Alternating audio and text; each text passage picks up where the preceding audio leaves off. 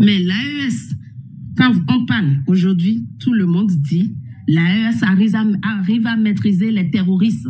Ils font ci. Pourquoi le Bénin a refusé de s'associer pour qu'on fasse la lutte et ensemble. Qu'il faut ça. Moi, jusqu'à aujourd'hui, je continue de le dire. L'AES a échoué. Parce que quand le Bazoum était au pouvoir, nous, on n'a jamais eu ces genres de cas. Ils étaient venus une seule fois ici, au Bénin. Mais après ça, je ne sais pas, peut-être que je me trompe. Mais quand eux, les militaires, ils sont venus au pouvoir, c'est eux qui ont attiré plus les terroristes.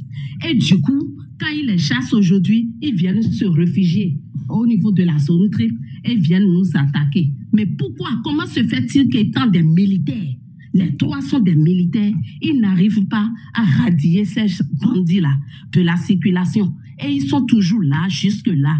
Et vous dites que coopérer avec l'AES serait la meilleure solution. Moi, je pense que si le Bénin, le jour le Bénin fait une déclaration officielle pour dire on coopère avec l'AES, je vous jure que c'est ce jour, vous aurez des milliards de terroristes au Bénin. Parce que le truc, c'est un couteau à double tranchant. Si on s'associe à l'AES, peut-être qu'ils vont nous détruire, ils vont nous bousiller complètement. Et si on le sait, c'est parce qu'ils sont en train de nous embêter petit à petit maintenant parce que nous ne sommes pas encore alliés à l'AES. Vous ne pouvez pas savoir. Et chaque fois quand vous vous levez, vous dites, le président Talon n'aime pas écouter les gens, il veut faire seul, on ne peut pas faire une lutte seul, on va faire ci. Qu'est-ce qu'il vous fait dire? S'il s'allie à l'AES, que son pays ne sera pas menacé davantage? Vous n'avez pas la réponse. Ça, c'est... Mais ne venez pas jouer les hypocrites ici. On ne peut pas juger l'AES tout pour ce qui a un an par rapport à une CEDEAO qui n'a rien foutu depuis là. La CEDEAO est là, venez me montrer chez vous, chez vos grands-pères, ce que la CEDEAO a fait. La CEDEAO vous a fait quoi? Elle a apporté quoi à l'Afrique depuis qu'elle est là? Des néocolonialistes réunis qui sont manipulés par l'Occident à genoux devant la macroncratie. Et là, maintenant, va gérer le prochain CFA qui est l'écho. C'est le CFA pro-masse. C'est ce qu'ils veulent faire.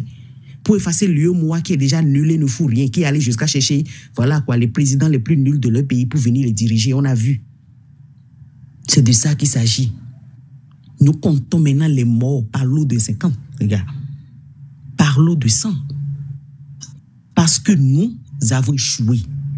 Ce n'est pas les autres, l'AES qui a échoué. L'AES avait déjà échoué. Et l'AES a compris que le système là ne marche pas. Ça n'a fait que changer de nom. Ces trois pays que nous connaissons très bien, qui ont lutté durant des années, qui ont déjà fait face à ces livraisons d'armes gratuites qu'on appelle Mafia Afrique, et qui ont compris que ce système là ne mène à rien. Ils ont essayé l'opération Mirador au Niger. Ça n'a donné rien du tout. On a éliminé nos frères tour à tour. Et là... Voilà. Et on a mis, vous savez qu'en matière de défense et de sécurité, c'est de l'expertise qui marche. De quand on parle d'expertise, on parle de gens qui ont d'expérience.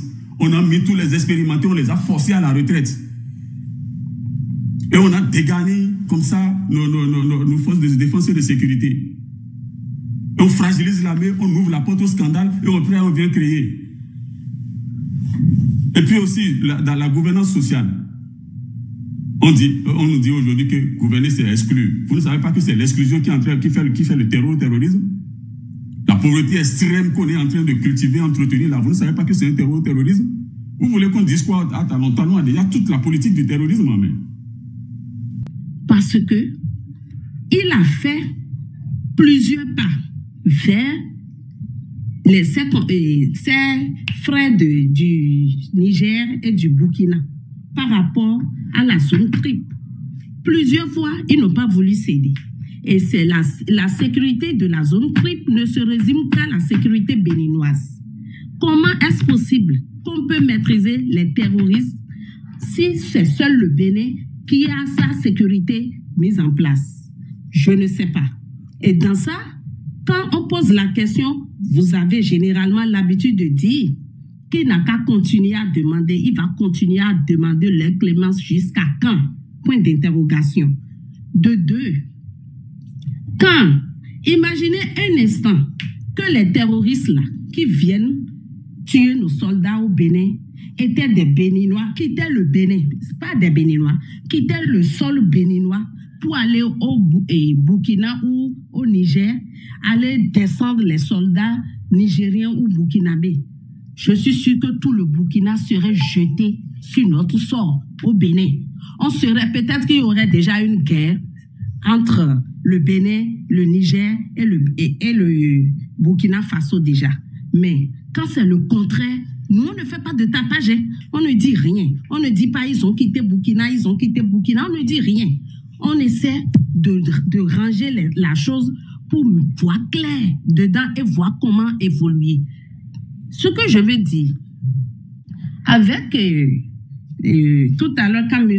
Achille parlait, il disait qu'il faut que le Bénin cesse de coopérer avec notre partenaire, la France, parce qu'on ne peut pas acheter d'armes, on ne peut pas faire ci. Mais est-ce que c'est parce que le Bénin est avec la France que le Niger et le Burkina ne veulent pas coopérer avec lui sur le plan militaire, ne serait-ce que pour cadrer les terroristes au niveau de la zone triple? Parce que notre problème, c'est au niveau de la zone triple. Ce n'est pas tout le Bénin. C'est à ce niveau principalement. Et quand on les attaque, ils fuient, ils rentrent dans les autres pays. Les soldats ne peuvent plus aller de l'autre côté. Ils sont obligés de les laisser. Mais ce qu'ils oublient au niveau de l'AES, je vais vous dire une chose. Tout ce qu'ils prennent au Bénin comme armement, ils vont les utiliser contre eux. Ça, c'est clair. S'ils ne sécurisent pas la zone triple, en association avec le Bénin, et pensent qu'en laissant cette zone-là, ils sont en train de faire du mal au Bénin, tout ce qu'ils viendront récupérer comme armement au Bénin sera dirigé contre l'AES. Ça, c'est encore un autre point. Mais l'AES, quand on parle aujourd'hui, tout le monde dit, l'AES arrive à maîtriser les terroristes. Ils font ci. Pourquoi le Bénin a refusé de s'associer pour qu'on fasse la lutte et ensemble? Qu'il faut ça. Moi, jusqu'à aujourd'hui, je continue de le dire.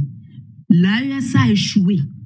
Parce que quand le Bazoum était au pouvoir, nous, on n'a jamais eu ces genres de cas. Ils étaient venus une seule fois ici, au Bénin. Mais après ça, je ne sais pas, peut-être que je me trompe.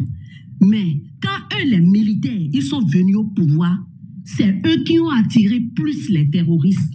Et du coup, quand ils les chassent aujourd'hui, ils viennent se réfugier au niveau de la zone triple et viennent nous attaquer. Mais pourquoi? Comment se fait-il qu'étant des militaires, les trois sont des militaires, ils n'arrivent pas à radier ces bandits-là de la circulation? Et ils sont toujours là, jusque-là. Et vous dites que coopérer avec l'AES serait la meilleure solution. Moi, je pense que si le Bénin, le jour le Bénin, fait une déclaration officielle pour dire on coopère avec l'AES, je vous jure que c'est ce jour, vous aurez des milliards de terroristes au Bénin. Parce que le truc, c'est un couteau à double tranchant. Si on s'associe à l'AES, peut-être qu'ils vont nous détruire, ils vont nous bousiller complètement.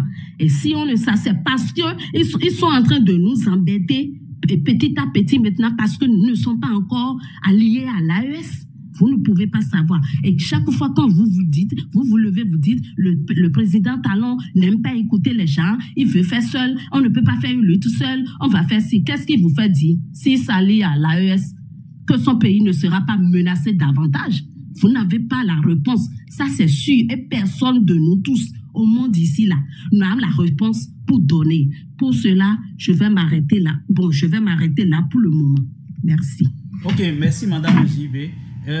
Ok, Chrisma, j'espère que j'ai bien prononcé le nom. Ouvrez votre micro. Oui, bonsoir. Oui, bonsoir. Bonsoir, oui. Le panel. Bonsoir et puis merci beaucoup pour les cadeaux aussi. Non, je vous en prie, on est en famille.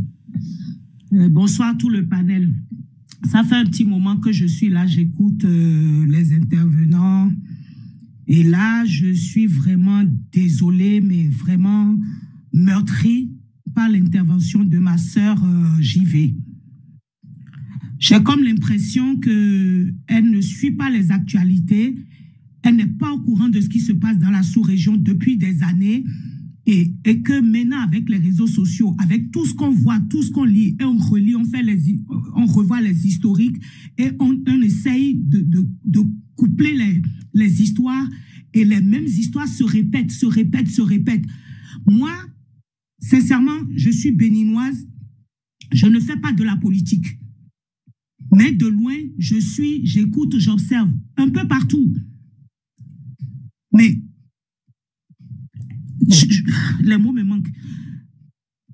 Il faut que, Tata, vraiment, si vous êtes à l'écoute, il faut que vous retournez, écoutez bien l'histoire. Même moi qui ne suis pas politicienne, dès que j'ai entendu qu'il y a eu cette histoire d'AES, et même bête que je sois, je vous le dis, je ne le cache pas, je me suis dit, ah, si AES se met ensemble, tous les autres pays autour vont être encerclés. Et ce qui est sûr, il y aura des histoires par là. Les terreaux vont passer par là. Mais jusqu'à aujourd'hui, tout le monde est au courant sur tous les réseaux sociaux. Les terreaux, qui c'est qui les arme, comment ils sont approvisionnés, comment ils survivent. C'est de partout. Tout le monde le sait. Et maintenant, comment est-ce que vous voulez quelqu'un qui arme ces gens-là, qui les entretiennent et tout, vous allez signer oh, Maou. Pardon, excusez-moi, c'est l'émotion. Vous allez maintenant leur demander à ceux-là de vous vendre des armes pour combattre. Est-ce que, je ne sais pas si je me fais comprendre, c'est pas possible. Talon est déjà avec les gens qui entretiennent les terreaux. Donc, à partir de cet instant, si on le sait ça, donc c'est que tout ça doit être balayé. Et l'histoire d'AES, je suis désolée, je ne sais pas si vous écoutez, vous suivez comment ces pays ont évolué en 2 ans, en 3 ans. Par rapport à notre Bénin. Franchement, tonton Achille, je vous remercie aussi pour votre intervention, ce que vous avez dit. Il y a eu beaucoup de vérité. Comme je vous l'ai dit, je ne suis pas politicienne, mais parce que j'aime mon pays, j'écoute ce qui se passe dans mon pays, j'écoute ce qui se passe autour de nous, je remonte dans l'histoire, j'écoute beaucoup et j'aime mal pour mon peuple. J'aime mal pour mon pays. Et quand j'entends des sœurs à moi, comme Tata, j'y vais venir raisonner comme ça, ça me tue. Tout simplement, pardon. Je remercie beaucoup BiAfrica, Web TV, pour le travail que vous faites. L'Éternel vous accompagne. Et pour le sujet d'aujourd'hui, comment est-ce qu'on peut accompagner Talon? Est-ce qu'il est bien entouré, tout ça? On ne peut pas dire qu'il est bien entouré ou mal entouré. C'est lui-même qui prend toutes les décisions. Comme disait le tonton de tout à l'heure, il est chef d'entreprise, il s'assoit à la table en tant que président, il dit « je veux que les choses se passent comme ça » et c'est comme ça ou rien. Qu'est-ce que vous voulez qu'un adjudant, un commandant, un ci, un ça, un général? Il a tout le monde mis, tous ceux qui peuvent réagir, les a tous foutus à la retraite. Vous croyez qu'il est con? Il veut avoir le dernier mot. Et là, aujourd'hui, on ne peut rien faire, on a les poings et les mains liés, à part la population qui se lève et qui disent non, comme on a fait à Kérékou avec des pierres.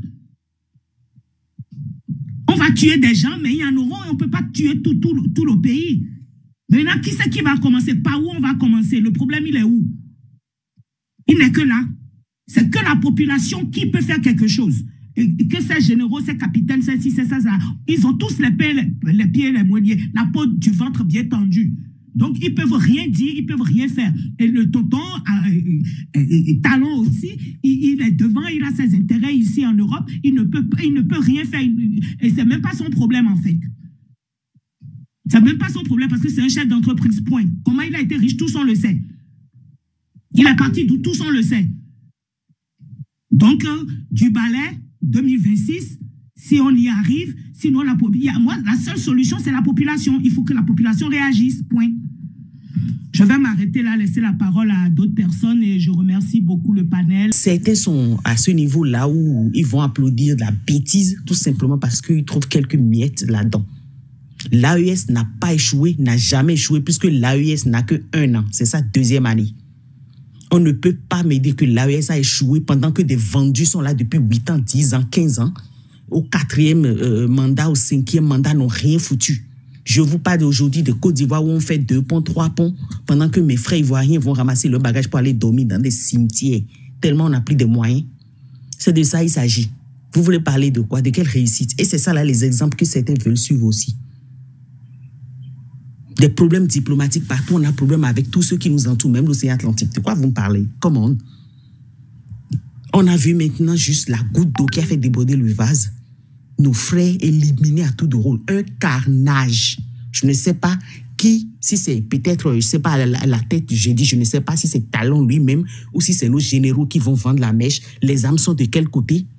Et on va tirer sur nos petits là, les éliminer comme des poulets juste pour ramasser des armes. C'est de ça qu'il s'agit. C'était comme ça au Nigeria. Hein. C'est comme ça que Al-Qaïda s'est formé. Et ceux qui sont arrivés là, c'était une branche de l'Al-Qaïda. Hein. C'est Djenim.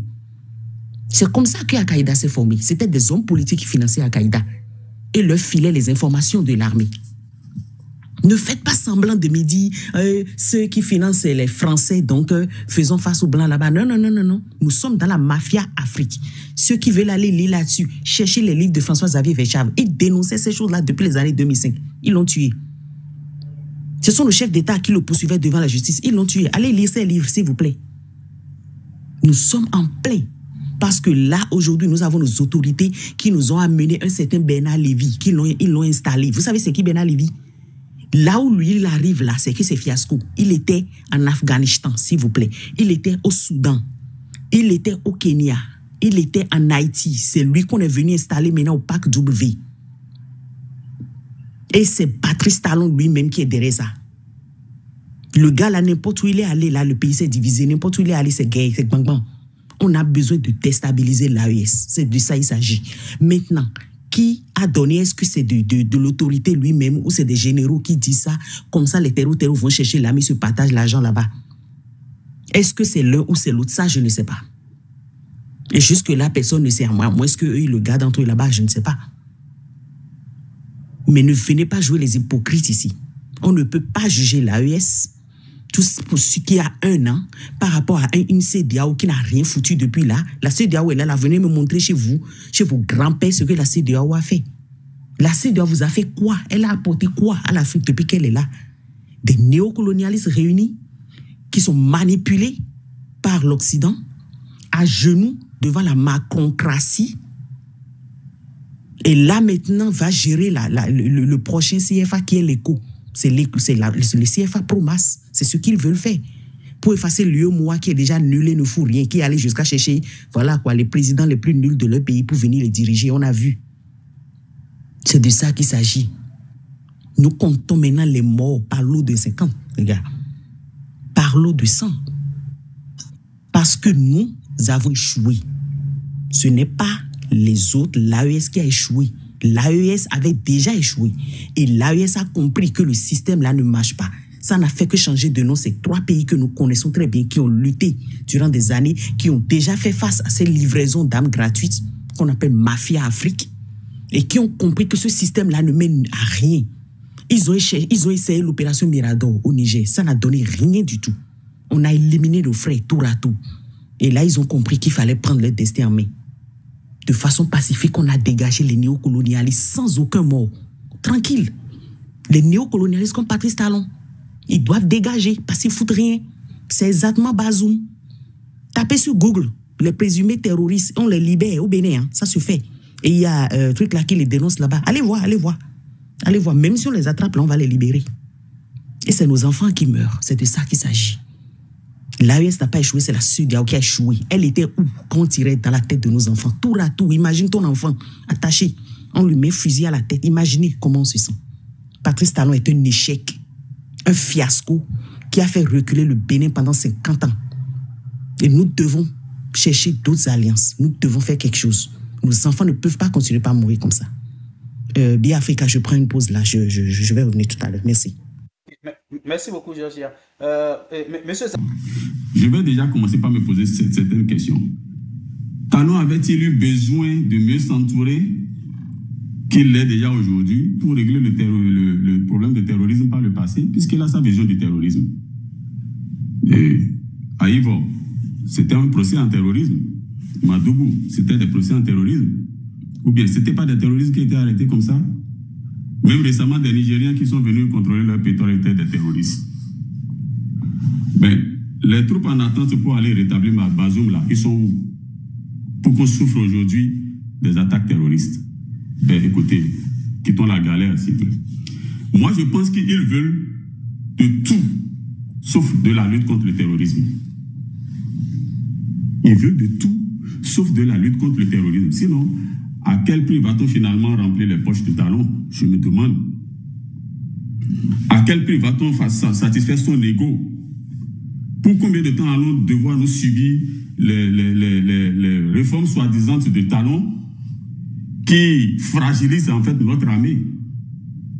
Parce que la lutte contre le terrorisme relève a priori de la prérogative de la gendarmerie nationale. Parce qu'il faut de la sécurité publique et de la défense mixte. Et la gendarmerie est une charnière entre les deux.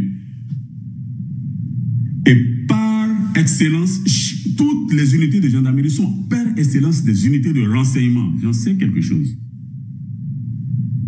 Alors, vous avez fragilisé ce corps-là que vous avez arrimé à une police civile pour en faire aujourd'hui un félin sans dents, sans griffes. Et on avance, on dit que tout va bien, tout réussit pour nous. Quelqu'un était venu parce que, à la manière de cette dame dont je vais parler, JV là, quelqu'un était venu la dernière fois pour dire que, parlant des succès de Talon, a parlé, entre autres, du problème de son succès contre le terrorisme. Ben, alors, monsieur Jules, n'allons pas chercher des solutions à des problèmes qui n'existent pas. Le terrorisme au Bénin est actuellement un faux problème.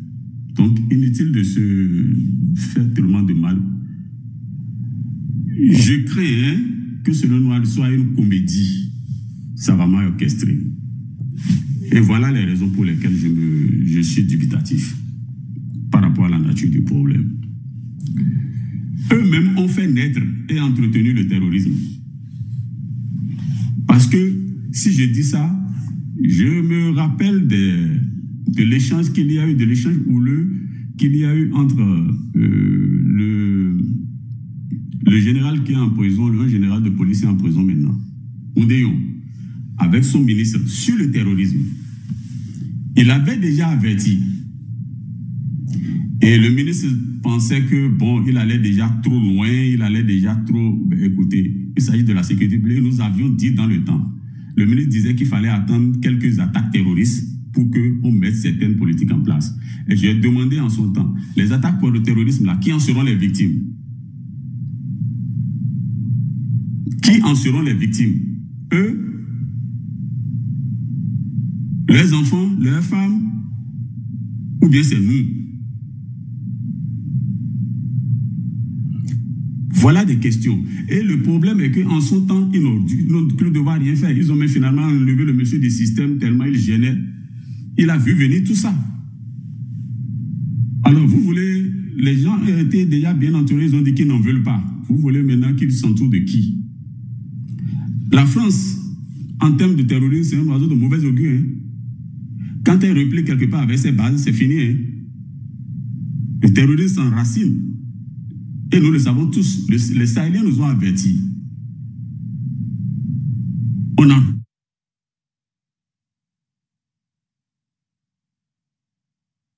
Nous avons refusé d'écouter les Sahéliens. On était plus intelligents que tous.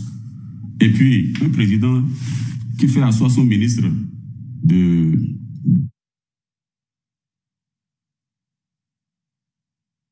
Vous voulez lui donner quel conseil? Vous voulez qu'on lui dise quoi? Il connaît déjà tout, en fait. Et c'est ça notre problème au Bénin. On a un problème, on a un président pédant qui connaît déjà tout et ne veut rien entendre. Amansion était vert, maintenant nous basons, on a bois. Et lui, rien ne l'effraie. Et il peut même imposer les règles à son père, puisqu'il a déjà grandi. Mais écoutez, vous voulez que celui-là soit entouré comment? Pour lui dire quoi? Monsieur Kiané, il a encore 1 minute. Ben, si vous me donnez 1 minute comme ça, vous allez couper mon intervention parce que là, je suis vraiment... Je vous la laisse parce que là, je suis remonté. Hein. Ah oui, vous pouvez refaire un deuxième tour, il n'y a pas de problème. Donc, sinon, si vous voulez 2 minutes pour... Oui. Et puis, dans le contexte actuel de terrorisme, est-ce que c'est de cacher les Badamas qu'il faut s'entourer? Il a quel bagage? Talon est-il obligé de créer, entretenir des relations conflictuelles avec ses voisins de l'AES? Qu'est-ce qui l'y oblige si ce ne sont pas ses propres intérêts? Sur le plan opérationnel, c'est faussé. On ne lutte pas contre le terrorisme comme dans une guerre conventionnelle. On n'a pas besoin de créer des bases lourdement équipées à ce point triple-là. Non, c'est déjà faussé. Parce que c'est une façon détournée d'approvisionner les terroristes quand on opère comme ça. Il faut du renseignement. Et nous avons toujours du bon renseignement. On en a eu suffisamment pour aller faire une incursion dans d'autres pays, aller enlever des compatriotes. Mais nous n'avons pas assez de renseignements pour nous rendre compte qu'il y a une incursion terroriste sur notre propre territoire. Voilà. Et on a mis, vous savez qu'en matière de défense et de sécurité, c'est de l'expertise qui marche. Quand on parle d'expertise, on parle de gens qui ont d'expérience. On a mis tous les expérimentés, on les a forcés à la retraite. Et on a dégarni comme ça nos forces de défense et de sécurité. On fragilise l'armée, on ouvre la porte au scandale et après on vient créer. Et puis aussi, dans la gouvernance sociale, on nous dit aujourd'hui que gouverner c'est exclure. Vous ne savez pas que c'est l'exclusion qui fait le terrorisme? La pauvreté extrême qu'on est en train de cultiver, entretenir là, vous ne savez pas que c'est un terrorisme? Vous voulez qu'on dise quoi? Talon, il y a toute la politique du terrorisme en main. Voilà. Moi, je crois que je vais m'en arrêter là parce que je vous le dis, je suis déjà remonté. Faut pas que je vais revenir à vous. Prenez un verre d'eau et puis je reviens à vous tantôt. On tue nos enfants comme des poulets, ça signifie quoi ça? Ok, donc on va permettre à Jean-Yves et puis ça va être Afro-Optimiste après. Monsieur Jean-Yves, vous pouvez prendre la parole. Bonsoir à tous, j'espère que vous allez bien. Avant tout propos, j'aimerais le cœur meurtri présenter mes sincères condoléances aux forces armées béninoises, au peuple béninois et aux familles des militaires qui ne sont plus à l'heure actuelle avec nous. Moi, je vais exposer les causes aujourd'hui de ce que nous vivons avec les terreaux dans le nord du Bénin. La première cause, c'est la nature du ministre délégué à la Défense. Le chef de l'État, M. Patrice Talon, a dit qu'il savait et qu'il avait le talent de s'entourer de personnes compétentes. C'est ce qui lui a permis d'exceller dans les affaires. Mais il faut remarquer que M. Nouati, le ministre délégué à la Défense, est un médecin. C'est vrai que M. Nouati, en tant que médecin, il a sauvé des vies à l'hôpital de Goro. Mais qu'est-ce que M. Nouati réellement connaît de la gestion d'un ministère dédié à la défense? On aurait pu voir M. Nouati à la santé et on allait comprendre. Donc c'est déjà là la base.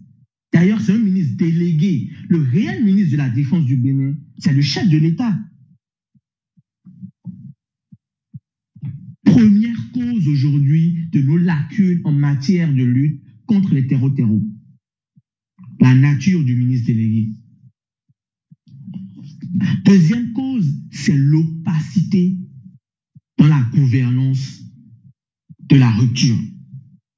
Lorsque vous n'êtes pas transparent dans la gouvernance, lorsque vous ne dialoguez pas avec votre population, lorsque la reddition de comptes est biaisée, c'est normal que même le peuple béninois, les populations béninoises,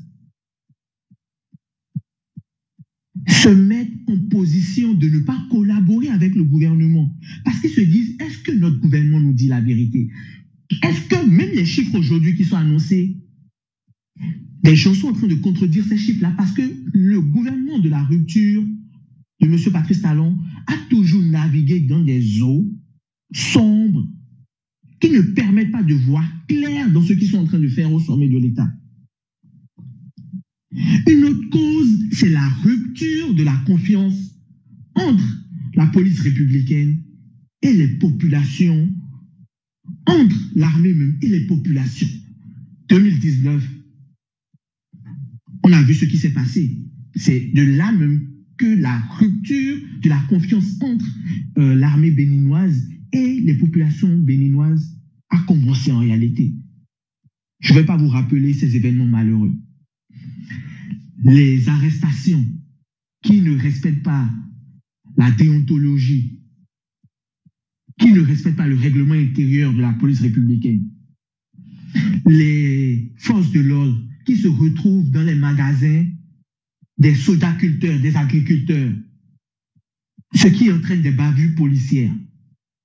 Avec tous ces manœuvres au niveau de la police républicaine et de l'armée, aucune population ne va se lever pour aller donner des renseignements, pour dire on a vu tel mouvement suspect, on a vu telle chose qui ne va pas. Et c'est encore une cause aujourd'hui de l'insuffisance notoire aujourd'hui du ministère de la Défense, surtout au niveau de cette lutte contre les terreaux. Pour ne pas trop garder la parole, moi je vais donner en réalité aussi des propositions pour pouvoir quand même réduire le mal. Parce que aujourd'hui, nous sommes en face d'un adversaire invisible. Il faut déjà commencer à regagner la confiance de la population. Il faut que les forces de sécurité et de défense puissent dialoguer avec la population. Il faut que la police républicaine puisse revoir sa méthode d'interpellation de la population, puisse être au service de la population. Il a fallu encore ce drame pour que des autorités militaires commencent à discuter avec la population Peul. Est-ce qu'on doit attendre le problème, les conséquences, avant de mettre en place des solutions? C'est des médecins après la mort. Il faut dialoguer avec la population, rendre les choses transparentes dans la gouvernance. Parce qu'en réalité, c'est la population qui représente le premier service de renseignement dans une république. Et ça, on n'a pas besoin d'aller à Harvard pour le comprendre. Même en ayant simplement le bac, on comprend cela. Une autre proposition, il faut vraiment essayer d'administrer les zones touchées par ce fléau. Il faut investir massivement dans les zones touchées par ce fléau.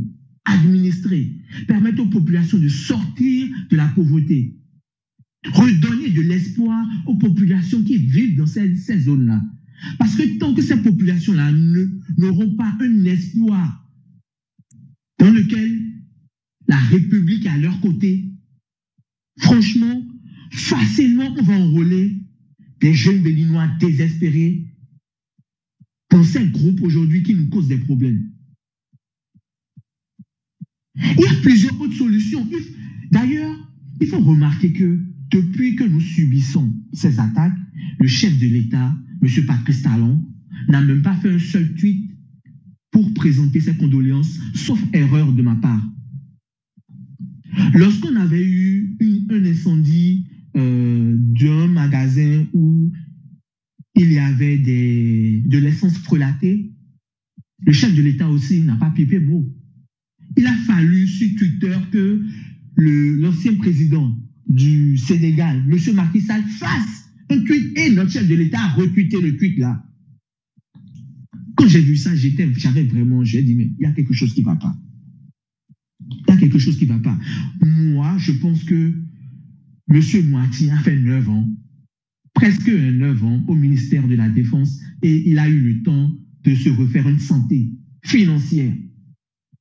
Donc pour moi, il doit démissionner. Si réellement il aime le Bénin, M. Moati doit démissionner et laisser la place à d'autres personnes qui peuvent faire le job et retourner faire son service citoyen où il sauvait les populations au niveau des hôpitaux. Merci à vous et que Dieu bénisse le Bénin et nous épargne encore d'autres drames au niveau de cette lutte contre l'adversaire invisible. Merci à vous. Merci beaucoup, monsieur Jean-Yves. Ok, les amis qui sont en bas, aidez-nous à atteindre les 200. On est bloqué à 180. Donc, aimez partager le live pour qu'on puisse franchir les 200.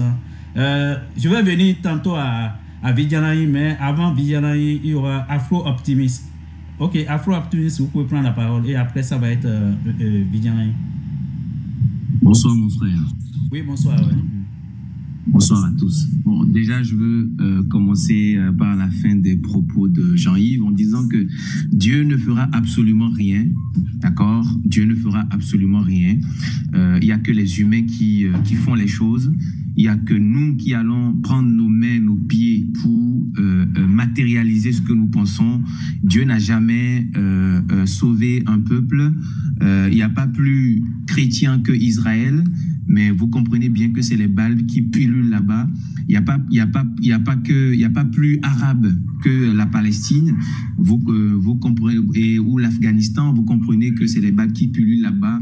Si les prières où Dieu a sauvé un peuple, je pense que nous ne serons même pas ici ce soir sur un panel en train de parler d'un sujet où nous avons perdu plusieurs compatriotes de façon lâche sur le front, parce que nous sommes quand même le continent qui abrite le plus grand nombre d'églises et de mosquées au monde et qui prions plus que tous les autres continents. Donc, à un moment donné, il faut que l'éveil aussi puisse venir de là, que cette démarche dans laquelle les gens sont souvent en pensant qu'ils vont attendre quelque chose d'un Dieu, c'est de l'utopie. Ça, Monsieur Lafro, je n'ai pas dit dans mes propos que c'est Dieu qui va venir sauver. Non, ce n'est pas par rapport à toi forcément. J'ai dit je reprends la fin, mais c'est aussi pour répondre de façon générale à toutes les personnes qui ont ce discours ou qui sont dans cette pensée ou qui pensent que en fait Dieu pourra faire quelque chose. Ce n'est pas une fixation sur toi, mon frère. Tu sais très bien ce que je pense de toi. Bien sûr, mais moi j'ai donné mes propositions et dans mes propositions, je n'ai pas énoncé même le nom de Dieu. Non, absolument. C'est la fin où tu dis que Dieu nous bénisse. J'ai juste repris ça pour pouvoir faire une petite plaidoirie. Bon, qu'à cela n'attienne. Deuxième propos, sur la question même de ministre, déjà, je voudrais rebondir par rapport à ce propos-là avant de revenir sur le sujet. Vous savez, le poste de ministre, c'est un poste délégué. Ministre des Défenses, bien entendu, c'est un poste délégué. Ce n'est pas pour rien que le poste de ministre a un poste délégué, parce que le président estime que c'est trop dangereux de pouvoir confier un département ministériel et la prise de décision, notamment sur les questions de défense et sur les questions de sécurité, à un homme, quand vous savez justement la problématique qu'il y a sur la conquête du pouvoir, avec les coups d'État qui peuvent pleuvoir ici et là. Si vous avez un ministre qui a la pleine charge d'un département ministériel comme celui de la défense, en fait, ça serait beaucoup plus... ça va être craintif pour eux, et c'est pour cela que c'est un poste qui est délégué. Alors, donc, ça peut être un poste en termes de grade, c'est peut-être le plus bas des postes de ministre, mais en termes de confiance, c'est le poste le plus grand. L'actuel ministre de la Défense, délégué de la Défense, moi je le connais personnellement, bien avant même 2016, comme tu l'as dit Jean-Yves, c'est un médecin, pour être même précis, c'est un gynécologue, d'accord, et donc ce n'est pas, tu comprends que sur les questions de sécurité, médecin, sécurité, c'est deux choses différentes, donc tu comprends que ce n'est pas des compétences, c'est pas sur la base de compétences qu'on fait cette nomination-là, donc c'est une nomination politique. C'est là où je voudrais en venir, c'est pas une nomination technique. Et dans notre régime présidentiel, c'est le président de la République qui est, entre guillemets, le ministre de la Défense. C'est pourquoi il est appelé le chef des armées, le chef suprême des armées. Et donc, si, selon ta proposition, qui est du fait qu'il faut avoir peut-être un ministre d'État plein sur la question de la défense, c'est peut-être une proposition qui ne manque pas de pertinence. Maintenant, pour revenir maintenant sur la question que nous traitons aujourd'hui, le sujet que tu as mis sur le panel, mon frère Biafrika, est-ce que Talon doit-il mieux s'entourer? Et bilan officiel 54. Tout d'abord, j'aimerais dire que la question de terreau, c'est d'abord une problématique géopolitique. Ce n'est pas une question c'est pas une question simple de gestion de sécurité interne à un pays ou au niveau d'une zone frontalière qu'on partage avec un certain nombre de pays. Et c'est une problématique géopolitique, et je pense que les frères ont royalement expliqué, où les causes, en fait, c'est des entités géopolitiques également qui ne sont plus invisibles, qui opèrent de façon invisible que nous connaissons normalement, qui sont aussi des États, mais qui peuvent être aussi très souvent des multinationales, et qui arment, forment, recrutent par des méthodes détournées des frères qui vivent dans la l'oisiveté, dans l'ennui, dans la précarité professionnelle, le manque d'emploi, des jeunes à qui on fait subir un endoctrinement sur fond de religieux, ok, et qu'on va expliquer que tuer c'est bon. Et ces gens-là, comme ils sont déjà des divorcés sociaux et que c'est des gens sans foi ni loi, qui n'ont plus rien à perdre, qui n'ont aucune formation, qui n'ont aucune éthique, aucune moralité, aucune probité, et dont la mort, ce n'est pas le terminus pour eux, au contraire, c'est une gloire de mourir, vous comprenez que lorsque ces gens rencontrent nous, nos frères, je pense que pour se faire enrôler dans l'armée, il faut minimum avoir le BPC ou le bac. Donc, ça veut dire que nos frères ont un minimum d'éducation, un minimum d'éthique, un minimum de probité, de moralité. Et mieux, ils ont été formés, ils ont reçu une formation militaire. Donc, vous comprenez que c'est deux paradigmes différents. Vous avez un monde de voyous, des gens qui n'ont plus peur de mourir, avec des gens où lorsqu'ils vont en mission, leur prière, même si c'est qu'ils sont en train de donner leur vie pour leur patrie, leur prière, c'est quand même revenir à la maison à l'issue de leur mission, retrouver leurs parents. Donc, vous voyez que déjà, sur même les conditions de base d'affrontement, sur le moral, la détermination, vous voyez que c'est deux réalités différentes. Et ça a un impact sur comment est-ce que l'une partie va pouvoir l'emporter sur l'autre partie. Et je vais étayer justement cette analyse par une vidéo qu'on a vue. Je ne sais pas si vous avez vu la scène de la vidéo, où on a vu de l'autre côté des terreaux, parce que comme c'est eux qui filmaient, où ils avançaient dans la brousse en tirant de l'autre côté, bien entendu, je pense que c'est peut-être nos frères, mais vous voyez la manière dont ils avançaient, ils étaient en train d'avancer avec beaucoup de détermination, n'ayant même pas peur des balles perdues qu'ils peuvent prendre. Donc, quand vous voyez cette image-là, vous comprenez que il y a beaucoup de détermination, et au-delà de tout ce qu'on a évoqué, vous comprendrez que lorsque nous on subit ces pertes-là, nous comprenons aisément la raison pour laquelle on subit un certain nombre de pertes. Sur la question de bilan, je ne veux pas revenir sur les causes. Nous savons bien, nous ne pouvons pas héberger des gens avec qui nous disons que nous avons un certain nombre de partenariats. Il y a des gens qui parlent de partenariat. Il y a des thèmes que j'entends en collaboration. Lorsqu'il s'agit de l'État français, moi, ça m'agace. Moi, je veux tout simplement dire que nous n'avons jamais eu de collaboration, de coopération ni de partenariat avec ces gens-là.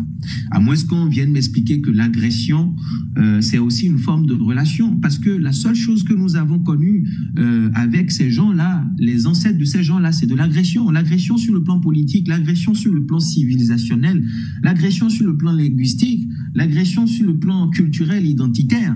Donc, à quel moment nous avons une relation? À quel moment on parle de coopération? Nous n'avons jamais eu de partenariat avec ces gens-là. La première rencontre que nous avons eue avec ces gens, ça a été de l'agression. Donc, à quel moment où nous, maintenant, les descendants de nos pères qui se sont levés contre ces gens-là face à leur agression, à quel moment nous, on veut parler de négociation, de collaboration, de ces thèmes-là bidons? Il y a même des intellectuels carrés qui répètent ça à longueur de journée comme tels des perroquets ignorants de leur histoire. À quel moment nous voulons parler de relations, de coopération? Donc, je pense que de notre vocabulaire, il faut même bannir déjà ces thèmes-là. Nous n'avons jamais eu de relation d'égal à égal avec ces gens. La première fois où nous avons rencontré ces gens, ça a été de l'agression, ça a été violent, du sang a coulé. Est-ce que les gens le savent? Les gens qui viennent raconter des bêtises là sur les panels, tels des perroquets parce qu'ils entendent des hommes politiques le dire, qui viennent raconter des choses à longueur de journée que même ils ne comprennent pas, est-ce qu'ils le savent? Donc, nous n'avons jamais eu de coopération avec ces gens, ça a été de l'agression. Donc, comment voulez-vous qu'aujourd'hui, nous soyons dans une coopération avec eux? La cause principale, c'est que nous avons un partenariat. On dit sur la question même de base. Quand il y a eu des procès sur la question de base, les gens ont dit, oh, ah, ça c'est les apatrides, ils ne sont pas patriotes, il n'y a pas de base. Parce que lorsque les gens entendent base, ils ont l'impression qu'ils doivent avoir un espace géographique, physique, avec un national militaire lourd, avec des militaires abhorrents des treillis d'un pays étranger. Non, mes amis, la question de base a évolué. Si c'est le mot base qui gêne, on va peut-être employer le mot présence militaire. Et la présence militaire est multiforme aujourd'hui. Elle se présente sur plusieurs formes. Et donc, les gens sont revenus à la surface en disant que, ah oui, mais c'est des accords stratégiques, c'est pas des accords de défense, c'est pas des accords militaires, c'est des accords stratégiques, c'est des accords de renseignement. Vous savez, lorsque l'État français voit qu'il y a une certaine organisation au sein des États africains et qu'il y a un élan de prise de conscience, d'éveil, d'émancipation, d'autodétermination, de souverainisme, et ce vent-là qui est en train de souffler, ils redéfinissent aussi leur stratégie, leur coopération. Donc, c'est juste de l'évolution sémantique, d'accord? C'est juste une évolution sémantique. Le fond, les techniques, la pratique n'a pas changé. Moi, j'ai discuté et je discute toujours avec les hauts gradés de l'armée. J'en connais beaucoup personnellement, que ce soit des capitaines ou des commandants. Mais je leur pose la question, je dis, mais vous là, on envoie des instructeurs, ils disent qu'ils font un rôle de formation. Enfin, moi, je veux avoir ton retour par rapport à ça. Il dit, quel rôle de formation? Ils ne nous apprennent rien, à part nous infantiliser. Et les capitaines, les commandants dont je vous parle, qui sont nos Béninois, ce pas des gens qui ont fait des concours, qui sont entrés dans l'armée via le BEPC ou le bac. C'est des gens d'abord qui ont fait Prytanée militaire. C'est des gens qui ont d'abord eu un cursus éducatif qui était fondamentalement militaire, qui ont eu des bourses, qui sont allés dans des pays étrangers. Je veux juste vous dire que pratiquement plus de 60% de notre administration, les gens qui la gèrent aujourd'hui, c'est les gens de l'Est. Donc quand je parle de l'Est, je veux parler des pays de l'Est, c'est Russie, tout ça. Donc les gens qui sont des produits des États-Unis ou de la France, ils ne sont pas beaucoup. Donc ces gens-là ont fait des académies militaires, ils ont été majors de promotion. Ce n'est pas des gens comme ça que vous venez apprendre des tactiques de positionnement. Et pour étayer même ce propos, ça c'est peut-être une vidéo que vous aurez dû connaître. Afro-Optimiste, encore une minute. Tout à fait.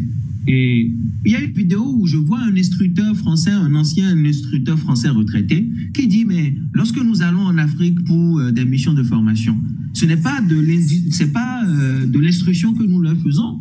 Nous ne les apprenons pas à défendre le pays. Ça, c'est un blanc qui le dit. Si c'était un noir qui le dit, on allait crier tout de suite au complot.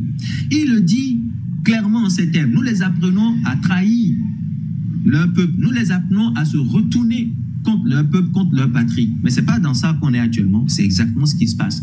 Donc, si nous payons des millions pour du renseignement et que ces renseignements-là sont bons qu'à localiser de petits opposants ou de petites voix dissonantes non armées qui ont des critiques par rapport à la gouvernance, si c'est juste bon à aller chercher à 6 heures du matin ces gens-là ou dans un autre pays, mais rompez alors les accords-là, remettez ça aux gens qui sont en interne, qui le font pour qu'ils aillent aussi localiser ces terreaux.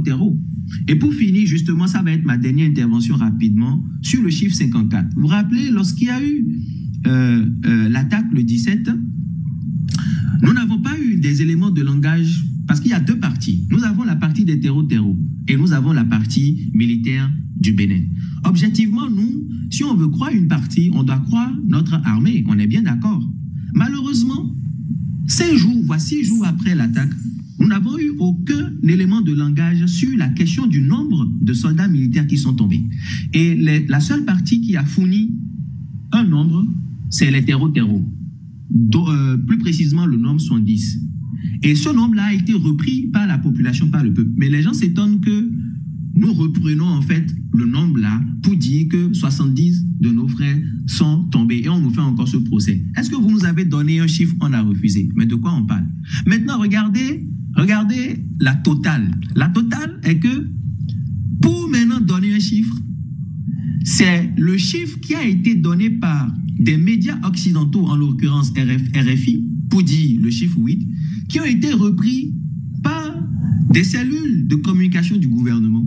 Toutes les personnes qui ont des responsabilités, je vais même citer le responsable de relations médias-presse, M. Serge Novillon, sur lequel je vais parler tout à l'heure, qui a posté sur sa page Facebook en disant que 8 sont tombés.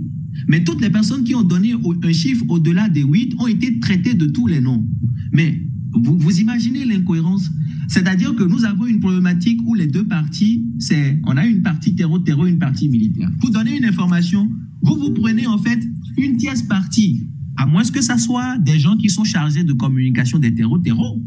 Maintenant, lorsqu'on revient et on dit que c'est 54, ça maintenant c'est les éléments de langage qui ont été mis sur la table par le porte-parole de l'armée et par le porte-parole du gouvernement. Ça veut dire que ça, c'est sur la base de nos informations. Donc, on peut croire à 54. Mais regardez, on est passé de 8 à 54. Mais vous ne voyez pas que l'écart, c'est trop.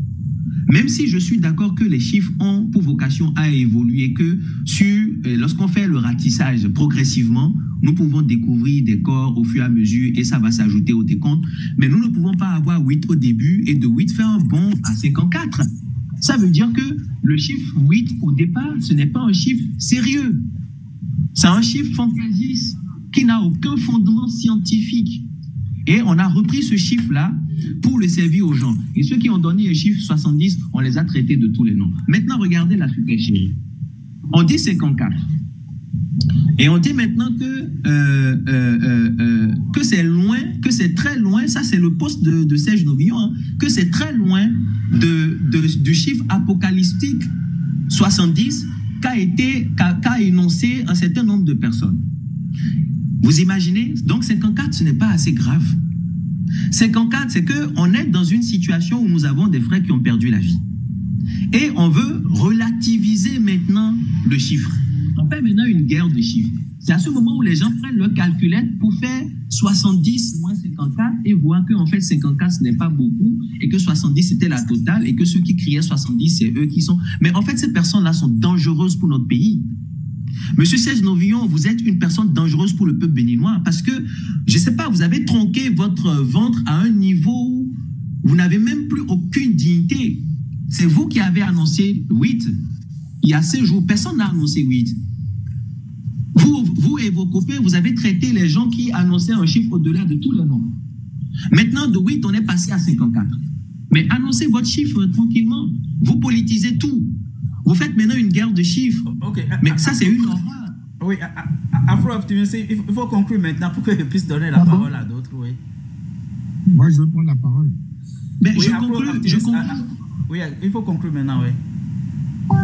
Oui, mais parce que je vais revenir sur ces éléments, je conclue quand même sur une petite information. Vous aurez un autre tour de parole tantôt, oui. Absolument. OK. Il y a quelques événements qui se sont déroulés quelques jours avant l'attaque sur lesquels j'aimerais attirer votre attention. En Côte d'Ivoire, un avion de l'US Command est venu en Côte d'Ivoire où se trouve la base de commandement américaine. C'est un avion spécial pour des opérations spéciales qui transporte des troupes ou des armes. Est-ce que c'est venu dans le cas d'un coup au Mali ou c'est pour superviser des opérations au nord du Bénin? Au Bénin, toujours quelques jours avant l'attaque, plus précisément 3 jours, il y a eu un deuxième vol d'un Dash 8-200 de l'entreprise militaire américaine Berry Aviation qui est immatriculé N492BA A617A0 entre Cotonou et l'aéroport de Tourou à Parakou. Et un Beech 350 de l'entreprise militaire française CAE Aviation ISR immatriculé FGYEE 396084 qui revient du Nord. La question qu'on peut se poser, c'est quoi? Ça serait quand même intéressant de savoir qu'est-ce que ces avions-là transportaient vers le nord du Bénin 3 jours avant notre attaque. Entre-temps, nous avons vu une vidéo dans laquelle le chargé de communication digitale des terreaux faisait le décompte d'armes, balles, drones, lance-roquettes, tout ce que nous voulons. Ils ont même revendiqué l'avoir récupéré, d'accord, auprès de nos soldats qui ont été vaincus. La question que nous posons, est-ce que ce lourd arsenal militaire nous appartenait, monsieur le porte-parole du gouvernement et le gouvernement du Bénin? Est-ce que ce lourd arsenal militaire nous appartenait? Parce que vous savez mieux que moi comment ces terreaux-là agissent. Pour brouiller les pistes de comment ils se ravitaillent, ils revendiquent toujours l'avoir récupéré de ceux qu'ils ont vaincus. Mais si c'est le cas, cette hypothèse-là, logiquement, ne peut pas tenir parce qu'ils ont bien commencé une première fois. Comment ils ont procédé la première fois alors? Donc, est-ce que nous aurions tort de considérer, de poser la question, si on se base sur les deux informations que j'ai précitées, que cette vidéo-là qu'on a vue où il y a eu un décompte d'un national lourd, que c'était une confirmation de réception de colis de la part des terreaux envers ceux qui les financent et les arment, point d'interrogation. Et pour finir, j'aimerais juste appeler les autorités du Bénin. On a vu le silence qui a été le leur, lorsque nous avons eu nos frères qui sont tombés, d'accord? Il n'y a même pas eu de message de condoléances, mais nous avons vu tout de suite le président de l'Assemblée nationale, M. Louis Vlavonou, et un certain nombre de femmes politiques comme Dame Claudine Afiagi-Prudencio qui se sont empressées, lorsqu'il y a eu le décès d'un vieux monsieur blanc de 88 ans, qui se sont empressés de lui faire un vibrant hommage pendant que nous avons nos frères qui sont tombés au front. Donc, s'ils ont le temps et qu'ils peuvent aussi essayer d'envoyer un message de condoléances aux familles de nos compatriotes qui sont tombés au front, ça serait très bien. Merci beaucoup. Ok, merci beaucoup Afro Optimist, et puis merci à tous ceux qui continuent de partager le live, et puis continuez à aimer le live, et puis on voit que c'est un sujet quand même d'intérêt, et puis donc aidez-nous à monter encore plus en audience, et puis merci à tous ceux qui nous ont fait des cadeaux, qui ont fait des cadeaux aux autres panélistes. Donc continuez à pousser le live un peu plus loin. Ok, Monsieur Vidialain, vous pouvez prendre la parole, mais ça a été long. Monsieur Vidialain,